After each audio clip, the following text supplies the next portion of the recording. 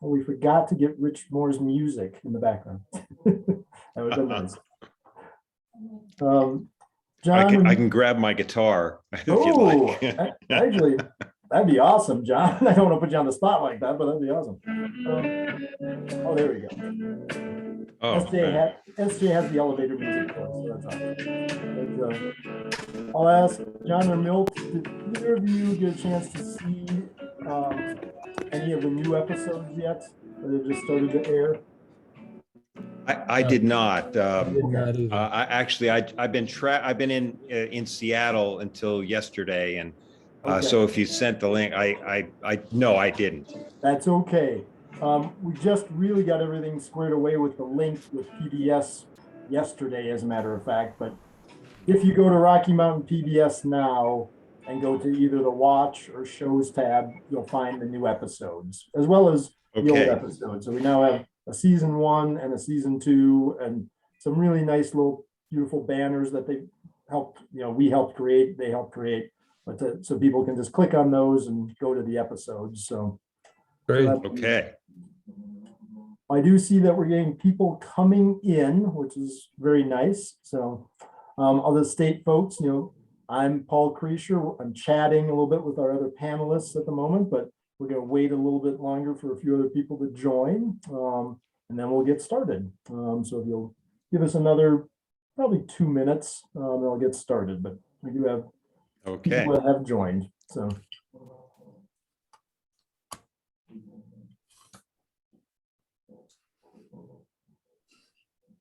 So SJ, if you want to play the music for a little while longer, that'd be totally cool if you can.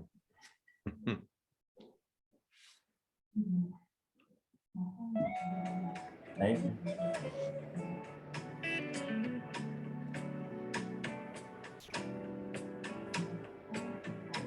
John, I love the rainbow background. It looks like a photo you took in Colorado, is my bet. Yeah. Yes. It was in not Estes Park, but up near up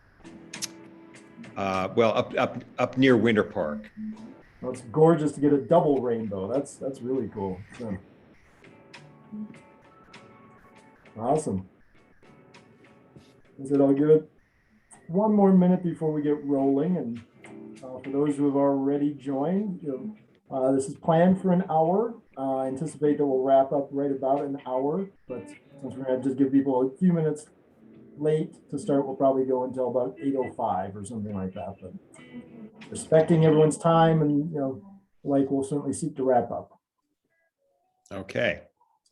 So I just got a couple more participants that joined. So well, I will get started, so we keep to our schedule here pretty decently. So I want to say thank you to everyone who's joining, and especially want to say thank you to our panelists for joining us. So I'm Paul Kriesher, executive producer and host of Heart of a Building, and probably many of you watching already know me from other things, but so happy that you can be here. What we're doing is we're doing kind of a revisit to the really cool story behind First Universalist Church. And I want to give First Universalist Church credit for really being the first story that inspired me the strongest to go forward with creating Heart of a Building. As John and Milt both know, and I'll introduce them in a second, but we did a shorter video on their project, I guess about a year before we kicked off Heart of a Building. And they just had such an amazing story. I was like, this needs more content. This needs more time to be shared and hopefully inspire others to follow in their path. So what we're doing is we're revisiting that. We're going to watch the 20-minute video from that episode and then take your questions afterwards. But then you're also here because we're proud to say we're launching new episodes on Rocky Mountain PBS. We had our first of the new episodes air last weekend on Sunday at 10 a.m. We have another one coming this Sunday at 10 a.m. and it'll be followed by, actually we have 2 new ones coming this Sunday. The Nantes Library will be coming Sunday at 10, and then Thrive Home Builders will debut at 10:30, because last week we had L'Avenir airing at 10 a.m. But then the following week we'll actually have, that'll be followed by doing some reruns. We're going to have the L'Avenir episode and then have Thrive air again. But you'll get a chance to see short video clips of each of those, hopefully to tease you to want to watch the full episode, this weekend or by streaming. So enough on me. So, and what we're up to. John, it's great to see you again, as we were just talking about. Unfortunately, we've seen each other too much through this way and not enough in person, but I've known John, I'm going to guess it's at least about 15 years, John, something like that. It's been quite some time. I think so, yes. Yeah, yes. But John is a leader at First Universalist Church. He's the person that they relied on for a lot of the solar PV evaluation and decision-making on what they did there, but also in a lot of things to do with the larger energy, indoor air quality, just great improvements there in that facility. John's also very much involved in the commercial energy efficiency world through PACE financing, Colorado PACE financing. I can let John speak to that for a moment, but John, I'm so happy you're a panelist. If you want to add a little bit to my introduction, it'd be wonderful, and then we'll go to Milt. So. Yeah, thanks, Paul, and so nice to be with you on this, to support this project, and we also appreciate your comments about our church and our project. Just a few other things about myself. I have done a lot of renewable energy policy work in Colorado. I head the board of a group called New Energy Colorado, and New Energy Colorado does two principal things. One is that we support the annual Metro Denver Green Homes Tour. And so each year in October, we feature usually about a dozen homes that have unusual energy features, and make them open to the public and allow you to visit with the owners and learn, their stories as well. And one or two of those homes, Paul is familiar with some of those homes.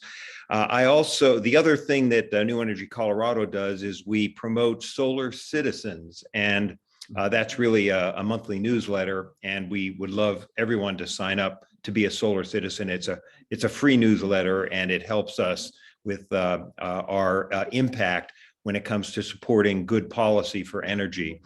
And that's probably enough additional for me. Yeah. Just to interrupt, when you have a chance, John, put that into the chat field, if you would, the link to sign up as a solar citizen, so people can see that and download that and sign up. So. Okay, thank you. So thank you, John. So again, what I'm going to say after I'll introduce Milt, after we watch the episodes, please send in questions as you have them. We want to let John and Milt and I do our best to answer them for you, following watching the first 20-minute clip, and then even after the little short sneak peeks of the other episodes. So now to Mr. Hetrick. Milt, I feel like I've known you for quite some time too, but I think it's more like 10 years, maybe something along those lines. But Milt is, from the first time I met Milt, I was deeply impressed by who he is as a person, with his heart connectedness and his, as I even say in the episode, his brilliant mind, because he is a great thinker, a great problem solver, and he's trained in multiple areas of engineering, as you'll see him humbly say during the episode. And I thought you did it very humbly, honestly, Milt. Say that, but just great background. But he's, I'd say, the other, along with John, the two-headed leaders in leading what First Universalist Church really did in the technical areas to improve their building and take it from an old building that was not very energy efficient to a building that's net zero energy with just great performance. And they keep working on it and keep making it better. So Milt, if you want to add a little something to that, and then we'll watch the video. So. Okay. Yeah, I'd like to second what John said. We certainly appreciate the visibility that you've given to First Universalist and their renovation project, and our attempts to get to zero emissions, basically, and do our part that we can as far as climate change and mitigating our greenhouse gas emissions. So, but I did want to point out, I've noticed in the participant list that there are a lot of members from our Green First Task Force listening tonight, watching. although John and I are just the faces of this project tonight, it was a team effort. And it wouldn't have been possible unless we had our 6 or 8 team members, our Green First members involved. So for anyone else who is interested in replicating what we did, it is important to try to get some support from your team members, and it's very essential, I think. So thanks, Paul, for putting this on, and I'm looking forward to these next 3 case studies. I think that's pretty exciting to see what else is going on. Thanks. I'll look forward to your feedback on that, Milt. So Yeah. great. So thank you, both of you, and SJ, if you'd be so kind to, or I think it'll be SJ, not Amy in this case. So SJ, if you'd be so kind to start up the video for us.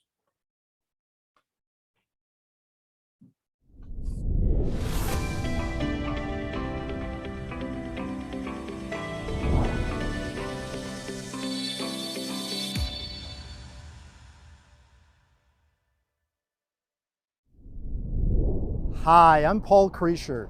For the past quarter of a century, I've worked to create more energy efficient homes and buildings.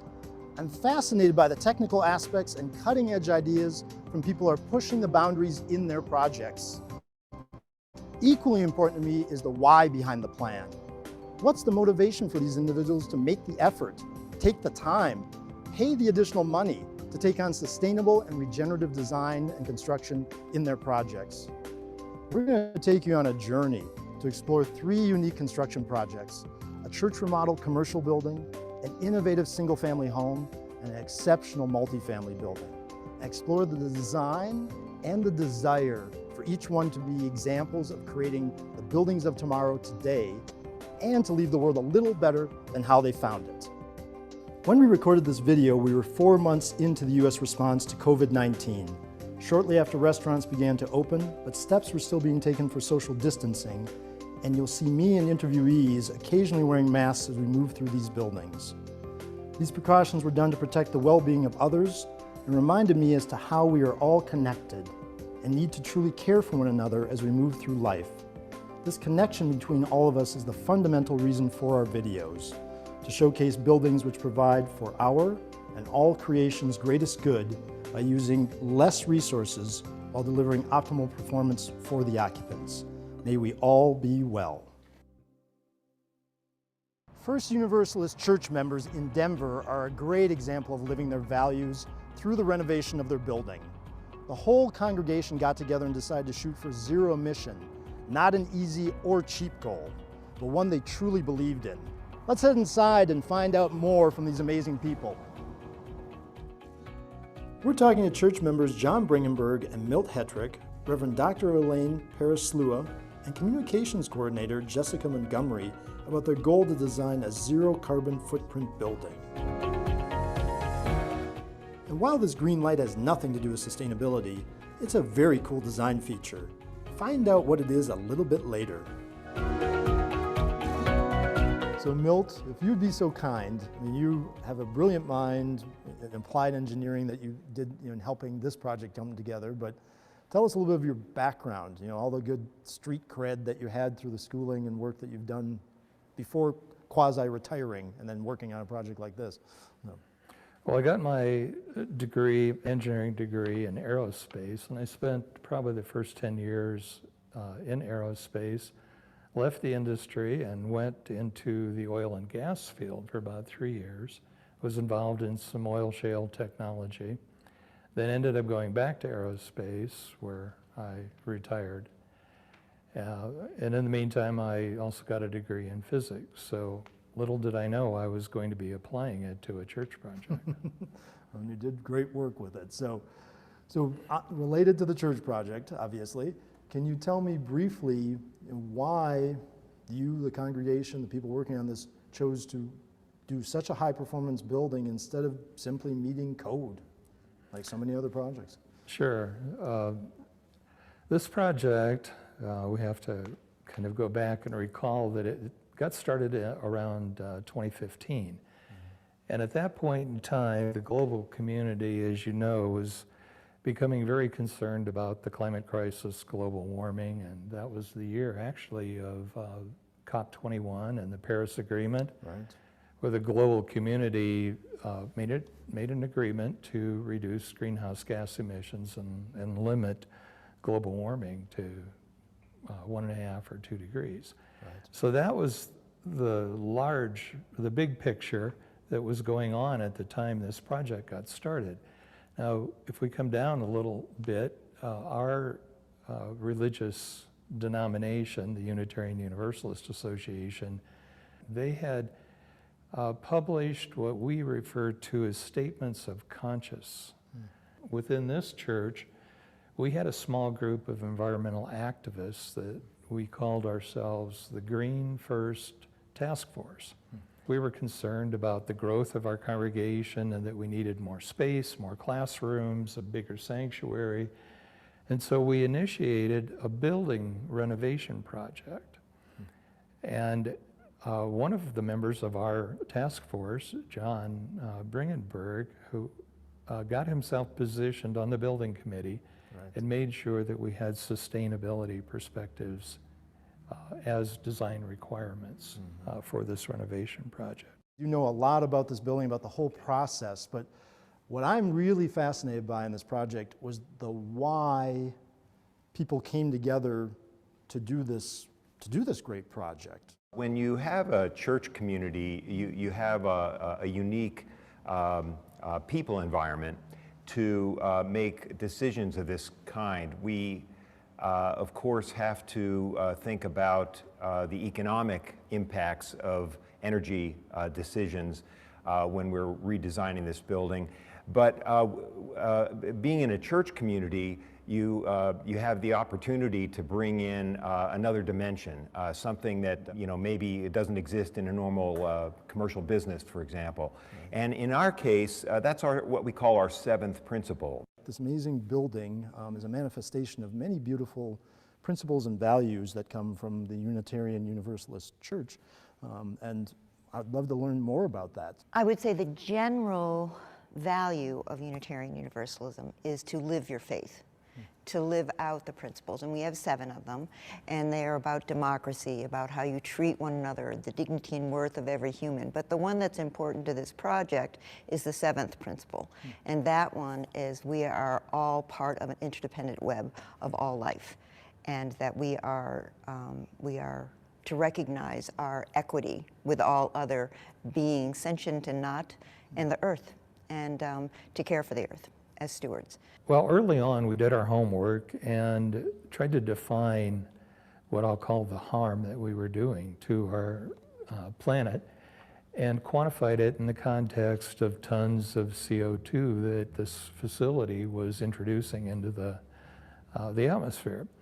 And what we learned was kind of shocking. We learned that because of the electricity that we bought from our utility company, Xcel Energy, they in turn were dumping about 50 metric tons of CO2 a year into the atmosphere, and we were buying natural gas from them and burning that on site in 10 different gas furnaces and dumping ourselves another 50 metric tons into the atmosphere.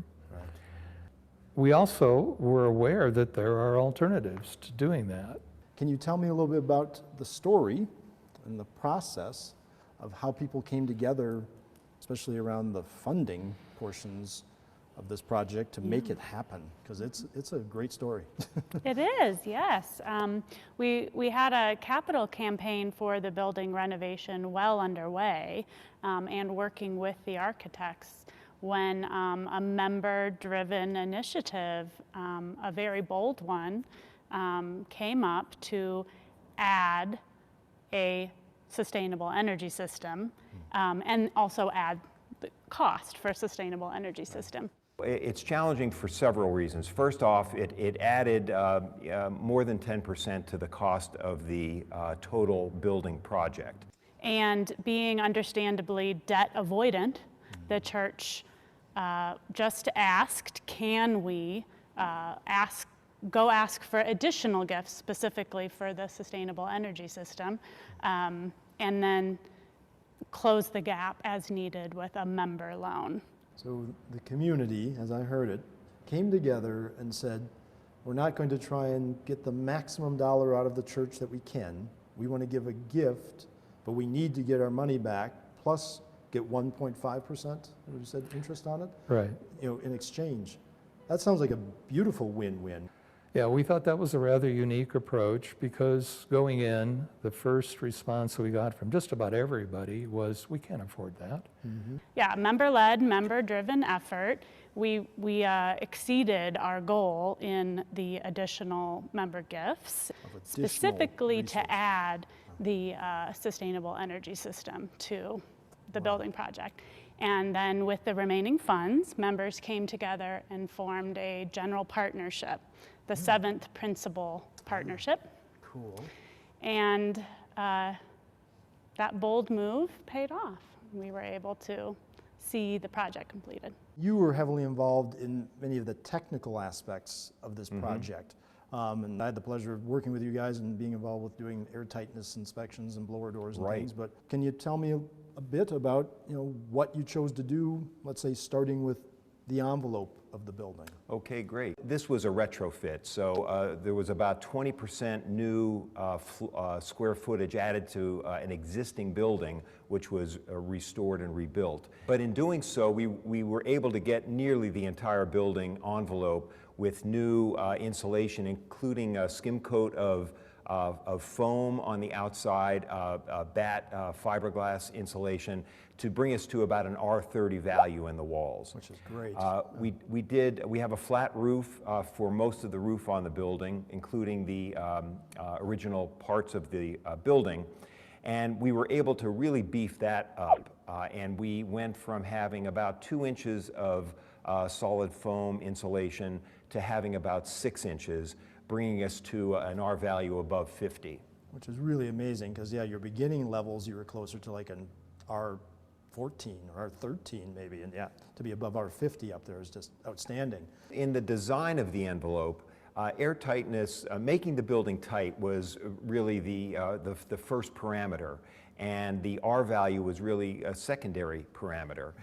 We employ, for the first time in this building, 5 ERV units, and those ERV units work hand in glove with the envelope being as tight as it can be. Yeah, and one thing I can share, since I did the testing, is that the building came in at a test level of a 0.188 CFM per square foot at 75 pascals, which is amazing because code for new construction, not a remodel, but new construction is 0.4. So you were less than half, as far as that standard goes for new construction. So you guys did some really good stuff with that part of it. If I may, I want to ask you to get a little more in depth about the ground source heat pump system, the technology, because it's a new enough technology. I mean, it's been being used in the Midwest for a decade or more, and in other cases, but it's still an exception. We don't see it in enough projects, and so you were quite innovative to bring it in. Well, if this were a new construction and we didn't have a parking lot paved and landscaping in, we probably would have selected a so-called horizontal installation of these heat exchange pipes. Right. It's the cheapest way to do it, but and because... how shallow or how deep would that have to have been? Well, they probably go down 6 or 8 feet. Okay. The alternative is to drill 5-inch diameter holes down and insert black plastic pipes in a vertical manner. The materials that you have in this building, the pumps, the piping for it, even the air handlers themselves with the water, connecting back into the air handler from the, ground source loop field, all look, and they are just really off the shelf. I mean, they're just common products. There's nothing that's like incredibly innovative with that part of it, which is great. Makes it easy for repairs and things like that going down the road. So you were an integral part of having solar PV, photovoltaic, put onto this building to power a tremendous amount of this building's need for energy. So can you tell me a bit about the system you chose and how much it's helping offset right now for you guys? Yeah, thanks. We knew that being able to generate electricity on site was key to our goal of having a zero carbon footprint building. We planned a system that was designed to cover approximately 100 to 105% of our projected energy needs. Yeah, that's great. And we used about, I would say about 80% of the space on the roof to accommodate that.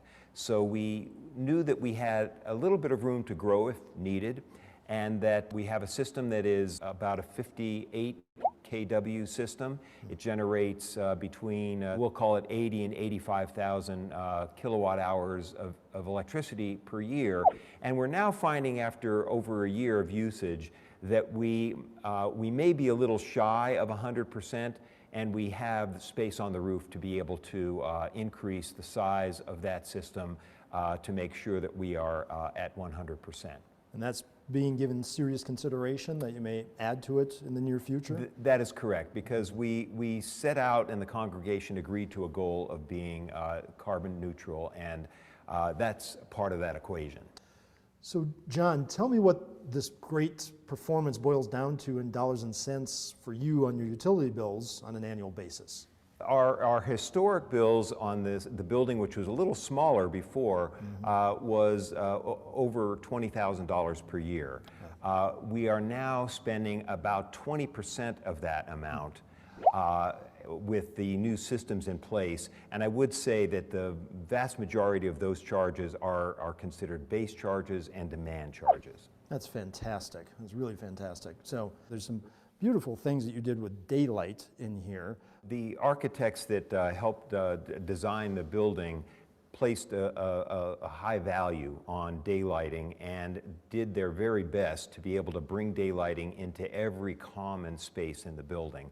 That was very challenging in the lower level, which prior to the remodel was a typical church basement with very small edge windows. But they were successful at getting some daylighting there. Some of it comes through sonotubes from the roof.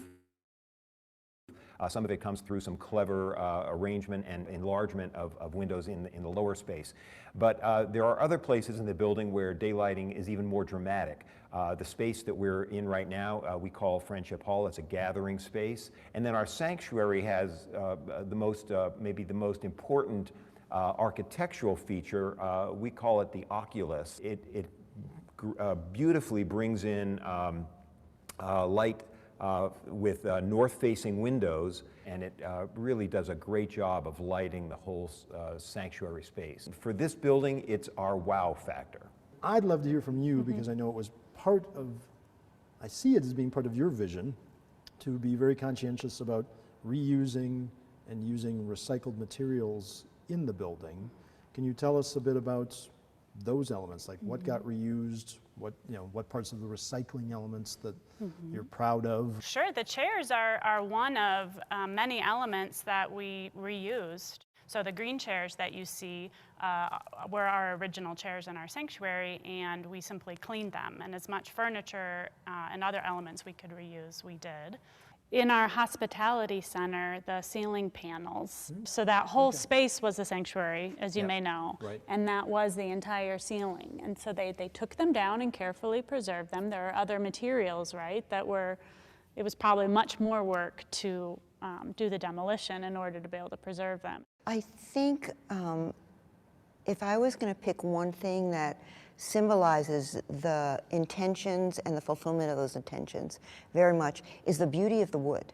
In the sanctuary, we have a dramatic effect from beetle kill pine wood, which is an inferior species, but there's a lot of it. So often people think if you're going to use recycled or you're going to be environmentally sound, it's going to be ugly.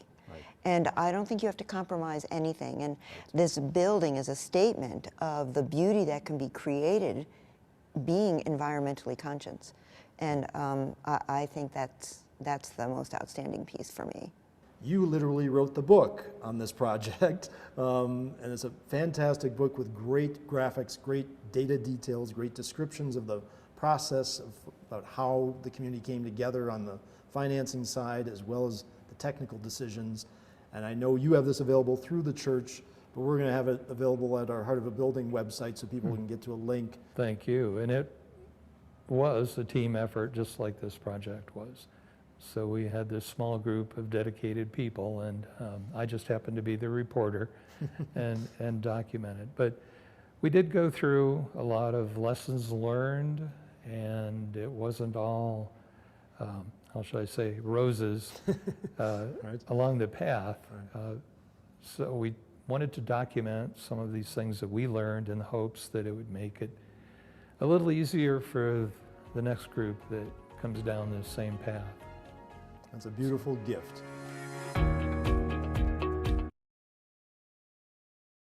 Remember that green light from the beginning of our story? It's from a solstice window across from the Oculus, one of just a few dozen in the United States. 4 times during the year, a small light appears during solstice and equinox events. A beautiful touch on this awesome building. For every effort that brings change in our world, a champion is required. A person or persons who see the vision inside of themselves and then shares it with others. In the case of First Universalist Church, it was a community of people envisioning the need for their building to serve as an example of a structure that is in harmony with nature. And they succeeded. A huge thank you to First Universalist Church for sharing their beautiful remodel with us, taking us through the design and their heart-centered reasoning behind it. You can learn more about the technical details about this project by watching the technical video and seeing documentation at the Heart of a Building website. Now let's head to a single-family home that's truly on the cutting edge of efficiency.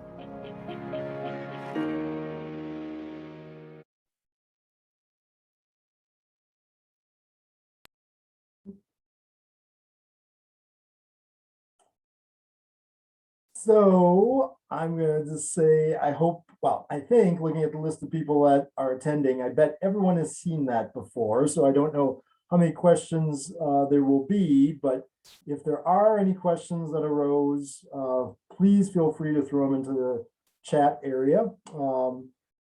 So yes, John just sent the link to the chat field for Solar Citizen, which is cool. So check that out and sign up for that. I highly encourage that now or at another time. But I think we had one question, at least one question, if I'm remembering correctly, that came in earlier. I'm going to check this out. Amy had sent this to me. Let me see if we had any more questions.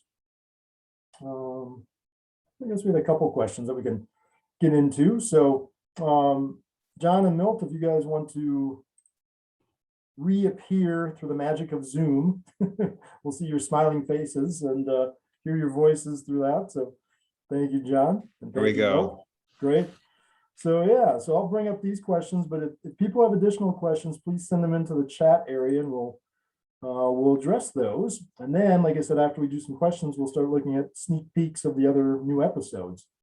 But so we had a question that came in. So it was like, I guess it's directed to either of you two, saying, John, your church took on a renovation project to renovate your facility.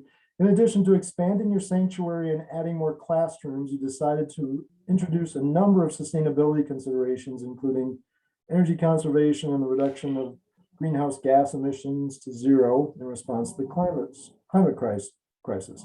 This is an ambitious project. So 2 questions. Are you satisfied with how your project turned out? And then I'll go to the second one. So that's an open-ended one for you. So go run with that. Whoever wants to go first. Yeah, I'll start and say that I think we're greatly satisfied in terms of our ability to pull this off and achieve what we've achieved. We know now one of the things that's not covered in the episode is that, and I'll throw this over to Milt. We have a very significant and sort of granular monitoring system in the building to keep track of how we're doing. And we discovered through measuring data points at, I think, 70 locations on the geothermal system and at least 60 or 70 points of measurement in the electricity system, that we were falling short of our goal. So our projections for meeting 100% of our electricity needs we're not meeting those under normal church occupation circumstances, and we are working to add the amount of solar that would be needed to make that 100%. But I wouldn't even call that so much a disappointment. It's sort of a calculus that we are still working on diligently. And Milt, you may want to add to that. Yes, just I guess to summarize, we ended up using more energy than we were harvesting with our rooftop solar system. But the good news is that when we went back and looked at the projected usage by the architect of this renovated facility, we far exceeded those initial estimates, meaning that we utilized our church more than we had anticipated, which is a good thing. We hosted, I think, around a half a dozen conferences during that first full year that we were open. We had a full-time renter that used the classrooms during the weekdays in the lower levels of the facility. And so the good news is that we were using the church more. Well, that meant we needed to harvest more energy and expand the size of the solar array, as John indicated. But it was a positive thing, in that context, that the church became a more active contribution to the community, in a sense. I thank you both on that. One thing I'll add is that I think both of you are aware, and maybe others who are viewing are aware, that one of those conferences you actually inspired Wes Geary, who we actually interview in the supplemental episode. He was deeply inspired by that, not just for the home that he ended up buying, but also to do things with his faith community, actually in North Denver. So anyway, those conferences spread seeds. And I know of at least one that took root very clearly in the case of Wes Geary, and he ended up being interviewed by us as part of an episode. Yeah, so anyway, I love what you guys did. I'm going to do another follow-up question to make sure, because we got a new one that came in just from one of the folks watching. So was just to ask, what other projects are being considered by your task force besides the addition of more solar panels? Well, yeah, Paul, I would say that there's a sustainability mission that is part of our Green First task group. And so we are constantly looking for ways more in an operational sense of the church to continue to be sustainable and to be more sustainable.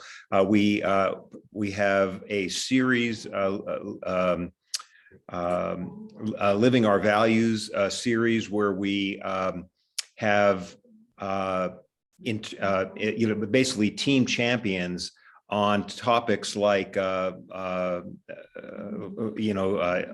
eating, on basically food habits, things that have nothing to do with our building, but have still a lot to do with our contribution to sustainability. Recycling, electric vehicles. We've had a few different opportunities to share information from some of our own internal owners of electric vehicles, including myself and Milt, and to share that with others to try to get more people on the EV bandwagon. So those are just a few examples that I can think of where we continue to foster things that are kind of beyond the building. Which is beautiful. So Milt, if you want to add something, great. Otherwise, we do have, I still want to show 3 short videos, and in the interest of time, you don't have to, but if you feel compelled, go ahead and share something more. Well, I think John touched on a lot of the things that we're considering in addition to solar. And one thing that we explored this summer was the introduction of a edible food garden in a portion of the parking lot. And that turned out to be a success. And so we recognize that our grounds, as well as the building, can help mitigate climate change if you use your grounds to have negative emissions, in a sense, to use your grounds to capture carbon and sequester it. So that's about it. And Paul, before we leave that question, I would add one other thing as before we go to other videos. One of the energy related or the building related things that we are currently exploring, getting proposals on, is looking for ways to mitigate the demand portion of our energy bills. That's a sort of a technical topic we don't need to get into, but there's 2 principal ways we can attack that, and we're looking at both. One would be to have on-site battery storage for the solar that we do generate, so we can save it on site and use it when needed. Basically, time shift the use of our energy. Secondly, would be to have automation controls on some high usage parts, things like our geothermal units or other things that are high energy users. And we can have some automation controls on that would help us address and lower our demand. Again, that's a kind of a technical thing, but those are some of the energy related things that we're exploring right now. It's really important, and actually a beautiful segue, though it won't be the first one that we show of these next videos, but the Lavenier project, they did a battery storage, they did a battery in one of the units there for that very reason that John's talking about, for doing demand control, and on the rare occasion that there'd be a power outage for backup, but they did it more to help control the costs that could be associated. But what they're finding right now is they hit net zero and seem to be banking their KWH right now, so they may not have the concern around demand control. But anyway, it's a really important thing, especially for commercial buildings. It's a really important detail to be looking at. So with that, we do have a couple other questions that came in, but what we'll do, because we probably won't have time to address them here in the next 20 plus minutes, but what we'll do, guys, Milt and John will forward questions to you and ask you guys to just take a look, and if you would be so kind, we'll get you linked, because I think we got the emails for everyone on here. We'll get you linked, to send a response to that person or to the group, and that would be much appreciated. Perfect. So, okay. So cool. So SJ, if you'd be so kind to do our first sneak peek, this will be of Thrive Home Builders. Is the first one we have in the queue, if I'm remembering our order properly. And this one, some of you may know about Thrive Home Builders. They've been at high performance homes for 30 plus years, but they've got some cool stuff they're doing with net zero emission homes. So go for it, SJ.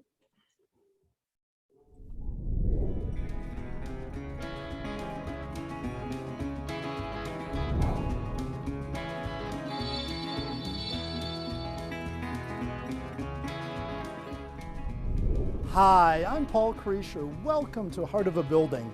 This show dives into the building designs that are cutting edge, really pushing the envelope of sustainable living.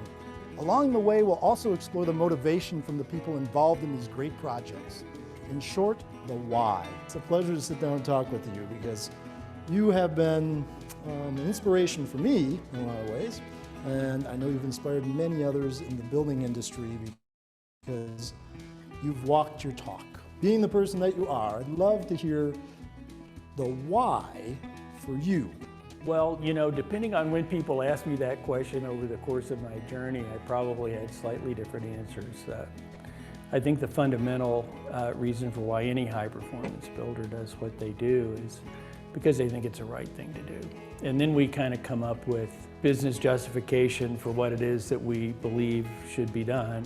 It's not to say that every builder should look like us. Some people are so passionate about affordability or It's very important. other very important aspects of housing that I respect them just as much. I've never been concerned about, well, will people follow? But I think it's upon us that, again, if we have this knowledge and we have this ability to basically bring all of these resources and talent and drive to the service of our customers, well, that's what a good builder ought to be doing. The walls in this place are certainly unusual. I've seen them in a few occasions, but it's great that this is what you do standard practice. Okay, this is a 9.5-inch thick wall. Yeah. We frame with 2 separate 2x4 walls. And one of the things that we do is we put a 2.5-inch air gap in the middle. That allows a thermal break so that you're not conducting heat all the way from the outside through a full set of lumber to the inside. There's a break, and we Right. can fill this area with insulation. Normally, I'll just add to that, normally if you have the stud connected directly to the outside, that's a thermal bridge. So warm and cold transfer through this more readily. The absolute windows are obviously a really important aspect of the home. One of the things with an energy efficient home, if I took all the windows out, I would make a much more efficient home. Right. But I'd also make a home that's not very pleasant to be in. We'd be using a lot of energy for lighting. So we have to really balance the location, the size, and the placement of windows to maximize the light and the openness for the home, yet still make sure that we're focusing on energy efficiency and that insulated wall value that window is a part of. Right over our shoulders is like this air source heat pump water heater. Right. Pretty innovative. It's using the air in this room to help heat the water. Right. And it's super efficient in what it does. And so we're using a lot less energy while we're heating the water and creating a safe indoor environment at the same time. The same type of technology. I mean, it's the same technology that's in a refrigerator, really, right? And you guys are just being smart about using it for heating the hot water. I'm passionate and spiritually called to share these stories. The primary reason is buildings and their construction are the source of nearly 40% of the emissions that are exacerbating global climate change. We hope these stories inspire you to look for homes such as this, or to bring many of the performance details into your current home.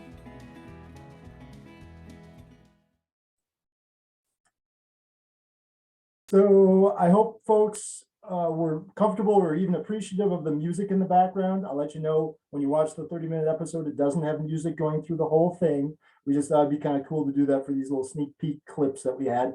But that music is performed by a good friend of mine, someone who was really a mentor to me in the energy efficiency world back in the 1990s. I stayed connected with him over the years. A gentleman named Rich Moore.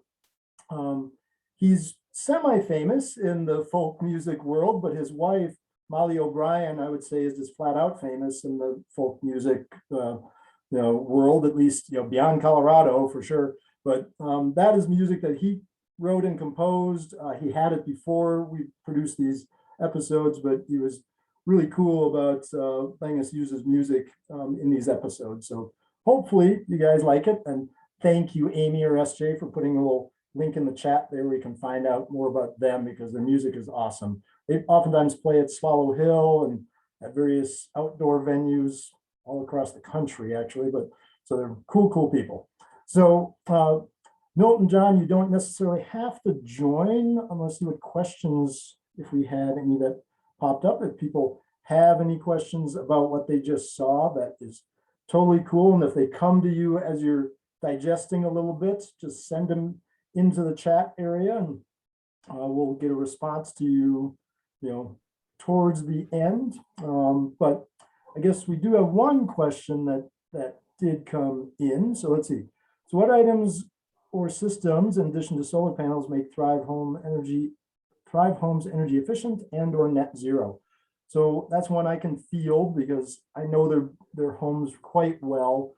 My old company, Lightly Treading, we were an energy rating firm for them in the long past. It hasn't been for the last 10 years, I guess, but have worked with them over the years and know their housing really well. So in addition to the solar, a really big part, and we get into it in that little clip there, is what they're doing with the thermal envelope. So the insulation, the air sealing details in there are a huge part. It's really, really rare, unfortunately, still in a single family home to see that double studded wall that we were showing there. And you can see more of that in the longer version, the full version of it. But it's really impressive to do that. To do staggered studs, because it's, like I said, it's eliminating the thermal bridge, which really the wood, the studs acts as that. Like, I'm enough of a nerd, maybe some of you have noticed this, but if you go out on a cool morning, like this time of the year, especially when the sun is striking the east side of a home that has studs in it, you can oftentimes see, if we've reached the dew point overnight, you can oftentimes see the shadows of the studs on the wall. And the reason for that is that the reason there's condensation happening there is because the wood is not as good an insulator as the fiberglass or cellulose, or maybe foam or things like that. They're in between the cavities, or inside the cavities.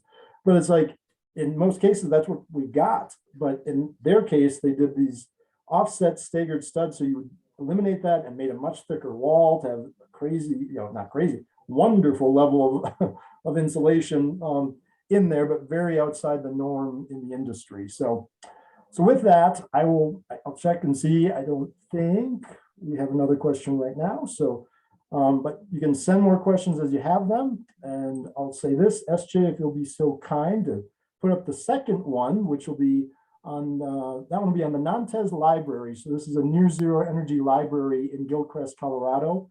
So check out this short clip, and then hopefully watch the whole video on another occasion.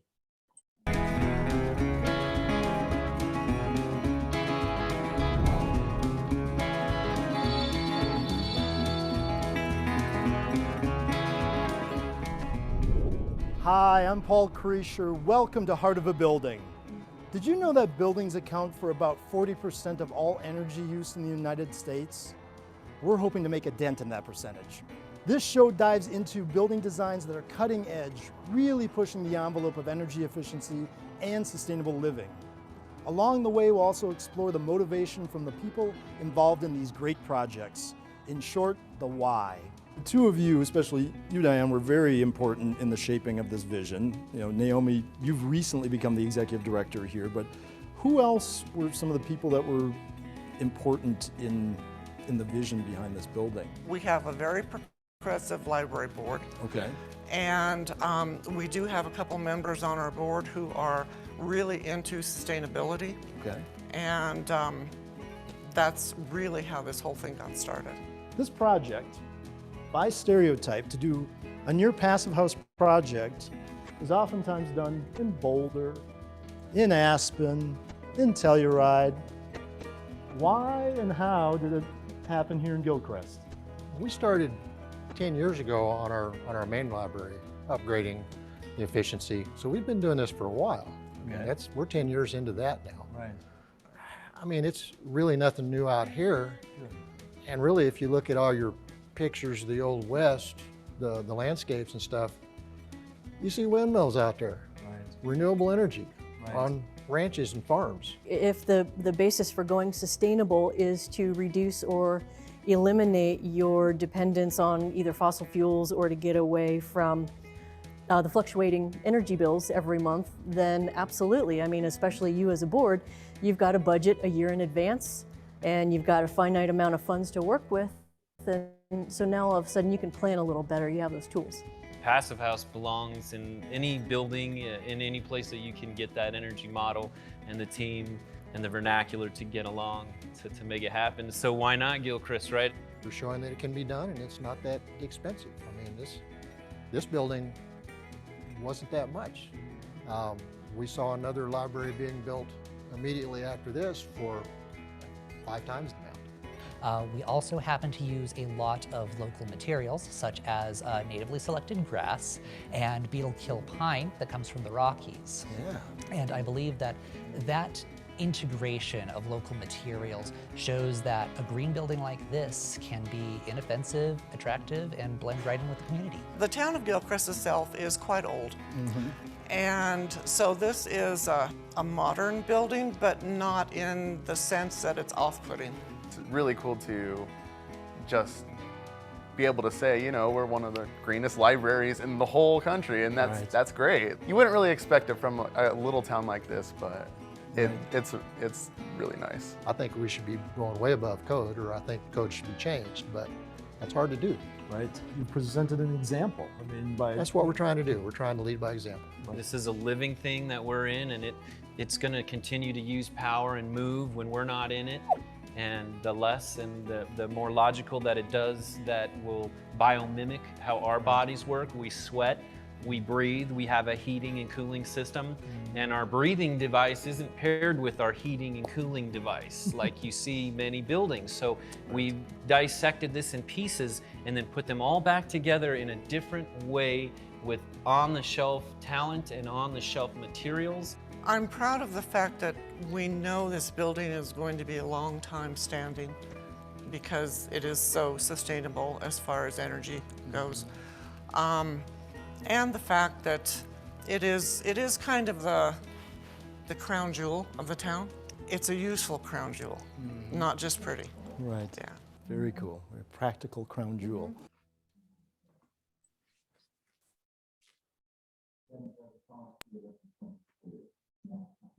So I hope you enjoyed that teaser as well, and hope it prompts you to think about checking out that episode. That one's actually going to be airing. It's original airing, debut airing is going to be this Sunday at 10 a.m. on Rocky Mountain PBS, and then it'll be followed by the Thrive episode that we just watched the clip on before. So if you tune in via television, you have the chance to do that, or if you record it. But you can let you know PBS has already made available these episodes via streaming. And that's where Amy had put it into the chat earlier, that you can see it at RockyMountainPBS.org if you wanted to watch it right after this, because you're just so compelled that you need to watch the whole thing. You could do that right now. So you have that opportunity. And we'd love that. That'd be fantastic. Let's see if there's any questions. I know time is clipping along. We knew we were going to be tight. We knew we were hoping to, I guess, not be inundated with questions. We're not getting a tremendous number of them right now, but we've got one that popped in. So, just maybe two actually. So, let's see. Why would a public library care about becoming a net zero energy building? So I'll answer that one quickly. I don't want to steal too much thunder from the episode, but because I hope you watch the episode. But to boil it down, it really came down to a sense of being first good stewards of the tax dollars that they were being afforded by that community. They wanted to do what they felt was fiscally the most responsible thing they could do. And even though it cost a bit more to build the building, the people that helped, the architect and the design consultant, they were able to help guide the board and make decisions to say, you're spending a little bit more up front, but look at how much it's forecast to save over time. And what they've experienced in the now 3.5 years, I guess, they've been in that building, is that it really has been hitting that. It's been doing a great deal of savings. They want to also do things to further improve the building, but it's saving them so much that they are forecasting that in another 3 to 4 years, they will have paid off the added costs of what they've done. And then it'll be just like net gains after that for them. So it was about a 6 to 7 year payback on the added, everything from the solar to the added insulation, to the added air sealing, to higher efficiency heating, cooling equipment. So they chose that, and they knew the building would be there for decades. And they said, this is the responsible thing we have to do. So let's see, the other one. Is the upfront cost immediately offset by savings? I guess I'm touching on that. Okay, and how soon would you see those savings? I touched on that. So I read the mind of the writer. So very good on that one. Thank you guys, that was awesome. So what I'll do in the interest of time, I do want to let you see this last teaser that we have for Lavenier. So SJ, if you'll bring that up, that would be great.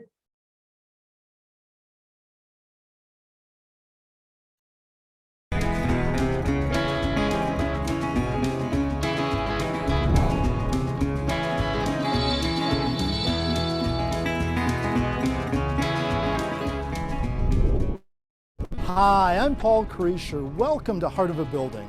This show dives into the building designs that are cutting edge, really pushing the envelope of sustainable living. Along the way, we'll also explore the motivation from the people involved in these great projects.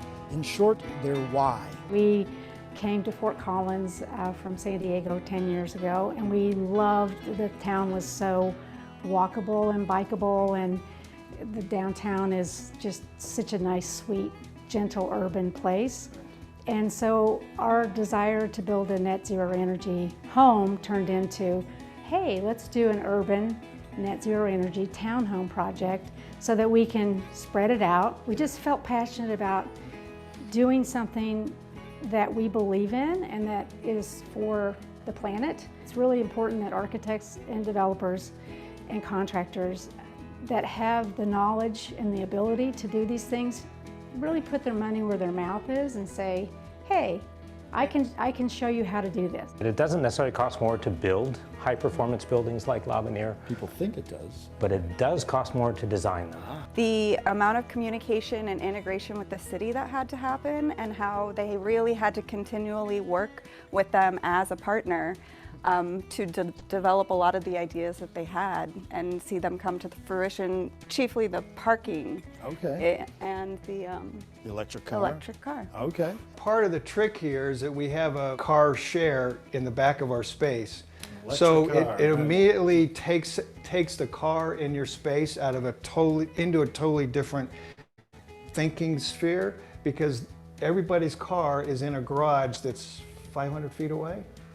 So when we park our car in there, first time we did it, we didn't even get in the darn thing for 5 weeks. Right, right, because you're using the electric car. Right, because the electric car's right Or the here. It's electric far. bike that you have, We or have the an bikes that electric you cargo have. bike as well that's shared. We share it through a calendar system that we all have access to, so the car and the bike are all on that.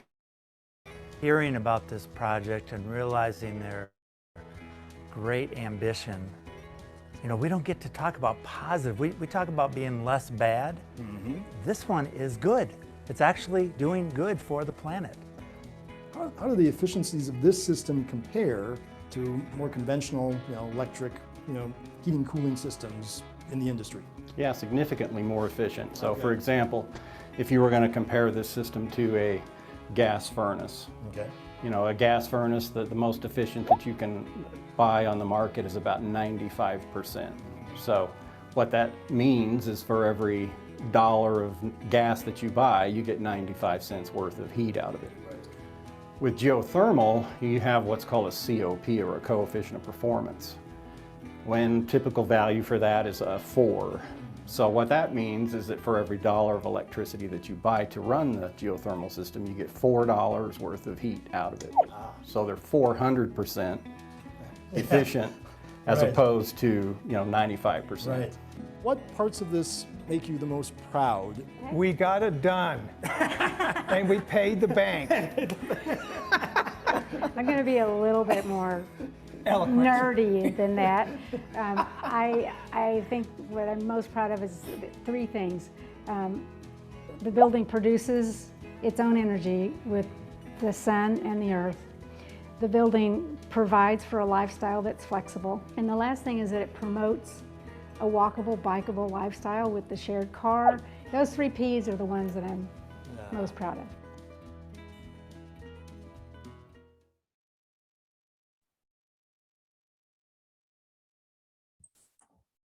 So I thank you, and I hope you enjoyed that little teaser on them as well. That project is really quite amazing. When you get to watch the full episode, you'll learn more about what that property used to be.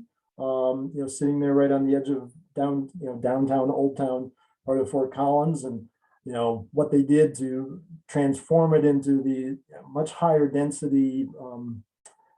They are now proven, because they've been in there a little over a year, zero energy. The solar PV is providing all the energy for all 4 of those townhomes, and there's zero emission because everything is electric inside the home. They even have like an induction cooktop in there, so there's no natural gas in there at all. So incredibly safe, incredibly clean, incredibly good on the environment. So we are about where we need to be, but I've got one question, and I want to let John and Milt come back on and just maybe say a few parting words, and we'll seek to wrap up. Respect for everybody, but Okay, so someone asked, what was on the property before? What was the renovation extensive?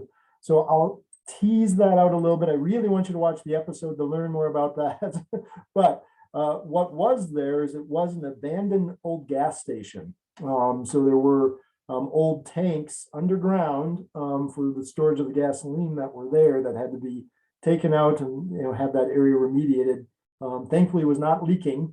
They were not leaking tanks. That's a problem for many underground gas tank areas that have gas stations on them, and can be very problematic to get that out of the soil. But in their case, thankfully, it was not. That was there. So there really wasn't much on the property. There was like just an old small building that didn't even have like carports for car repair. It was just like a small station attendant building. So there wasn't much on the property that had to be taken away before they did their work on the property. So with that, John and Milt, if you'll put your cameras back on, and I'll just see if there's anything you guys would like to share before we let everyone go. So there's John. I love those double rainbows. And thank you, Milt. So, yeah. Thank you. Yeah. So I start with John before, so I don't know, I'm going to throw it to Milt. If you're ready, otherwise we'll let John go. I think John's ready, but you want to go? John, go ahead, Milt. John, go ahead. I think, oh, Milt, you're muted. You're muted, Milt. There you go. Okay. Well, thanks again, Paul, for giving us a sneak peek. I'm looking forward to seeing the full episodes. It's really very positive to see these different groups contributing to the same cause that our church has been trying to work on. So I appreciate you and your organization for doing all this. And just to make it clear, we're on a path to net zero greenhouse gas emissions, but we're not there yet. But we've got a good team. We've got this, our Green First Task Force is a group of dedicated, well-intentioned people, very capable. And so I'm very hopeful that over the next several years, maybe it's going to take 5, maybe even a decade, that we'll get to our goal. But again, thanks for helping advertise, in a sense, what can be done. I'll thank you as well, Paul. I would say that a couple of things. I'm also anxious to watch the full episodes. Gene Meyer is one of my hero business people. A little like you, Paul, I was owner of a company that put solar on hundreds of Thrive homes. And I know Gene's dedication to sustainability is deep and wide. And I love the Fort Collins story. I'm just anxious to learn more about all 3 things that we saw tonight. I will say that this sort of reinforces something that Milt mentioned earlier. All of these projects, regardless of the building type or the business type, or what have you, they all require champions to make them happen. And the more champions you can assemble, the greater your odds are that you would be successful in getting your project over the finish line. So champions are important. And the climate crisis is an enormous crisis that we face.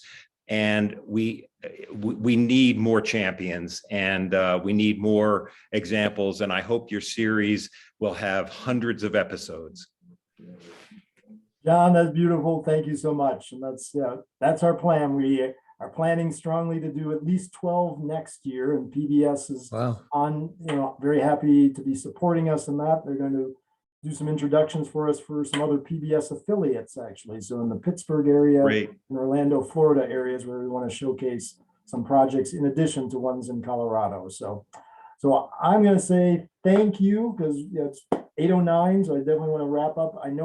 I think I know everybody on the attendees, and they're probably all good people that would stay for as long as possible, as long as we want to chat. But I'm going to be respectful and say we're going to wrap up. And Milt, John, thank you guys so much. And keep us abreast of what you're doing in that building and what you're doing, just in the bigger community areas. And we'll look forward to be connected. Those of us at the Kirkabani Bray, looking forward to collaborating, connecting more with you guys, because that's part of it, is we can do a lot through the connections through faith communities, I think, to get this to be solved more. But I do hope my episodes help inspire a lot of people to do more. So anyway, so thank you, everybody. You have a great night. Thanks for participating. The questions that didn't get answered, there were a few. Like I said, I think they're all directed. There might be one or two for me, but I think most of them are directed to First Universalist. So we'll get an email over to you, John and Milt, and if you guys will handle that, that would be awesome. So appreciate that. Great. Okay. All right. Well, have a good one, guys. And yeah, let me know what I'll say is, like, after you watch our episodes, please feel free, or please feel encouraged to go to the Heart of a Building website and send us comments back through that. We'd love that. It's even a little better than just sending me an email, to be very honest. So, Donna, yes, Donna's reminding, we are having some, before I part, we've got some upcoming tours happening before people completely. Yes, right. So, John, real quickly, can you talk about the November tour, and I'll talk about the December tour? Yes, I appreciate, and thanks for reminding us, Donna. We would like to make our church building open to 10 visitors. We think 10 is a good maximum amount for the size spaces we'll be walking around in. But we're pleased to make that available for essentially a public tour of the sustainability features of the building. And I'll be the moderator for that. And that you can sign up in this chat, or you can send, I think you can send an email. Perfect. And John, you really sold it, because I'm just going to do the same thing in December. And I think John might be joining me at that one as well. I guess we'll see how many people sign up, but I'm going to help then. I'll help John lead the tour on Saturday, December 11th. At 10 a.m. I think, 10 to 11:30 on that one. So, yep, there's the link to sign up for that. We'd love to have that. What I'd encourage is, even though it's a limited sign up, please feel free, those of you who attended, not only to sign up, but if you don't feel like you need to because you already know the building, share it with your friends. Send it to people that may have thought about First Universalist Church, or send it and say, come check us out, check out the cool things that we've done with the sustainability of this building. So anyway, now with that, we'll say have a wonderful night, everybody. I thank you so much. And please send the feedback on what you think of the full episodes on Heart of a Building. I'd really appreciate that. All right. You guys have a great night. Talk soon.